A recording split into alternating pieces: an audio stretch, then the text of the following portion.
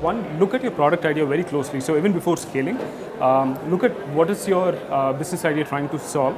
Is it a need or a want? And for the most part, unless it's a compelling proposition for your customers, they're not going to keep coming back to you, which means that over time, even after your initial traction, you're not going to find your product market fit. So the assumption here is that you found your product market fit and now trying to scale your business. In those cases, I think the thing that you need to look for is ensuring that you keep your net promoter score very high, which means that certain detractors who are there for your business understand what is actually letting them go off your business, right? Identify those patterns, ask your clients, speak to your customers very often, get that feedback, and potentially kind of ensure you put processes in place or pivot your model to ensure that that's being catered to. That's one. The second part is, content is something that you can actually use to scale a business. That's something that we at DigitalOcean have used, where you don't have to be very transactional and say, hey, this is my product, come and use me, but create something that they find value in. They may not come and use your product or platform immediately, but over time, it kind of helps build your brand among your customers. That's the second tip that I would give them.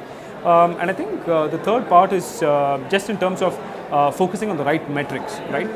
Think what are the metrics that are important for you and ensure that these are tracked on a week-on-week basis, and every time you kind of are not hitting the goals that you've set for yourself, take corrective actions. Rather than kind of looking at it after like a 6-month period, you should have regular weekly sync-ups with the multiple stakeholders of your business and figure out what's going wrong.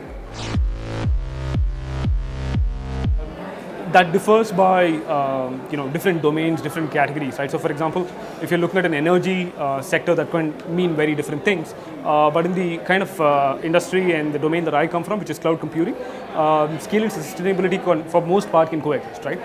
We are in the business of setting up server infrastructure.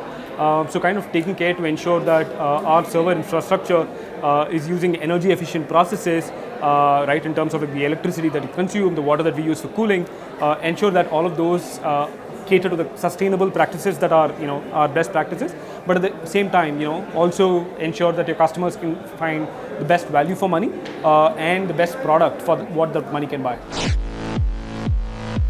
Really enjoying each and every month because I'm getting possible leads. TechSparks is a great program. Okay, so previous time also I came for the TechSparks. I seen many peoples and many events also.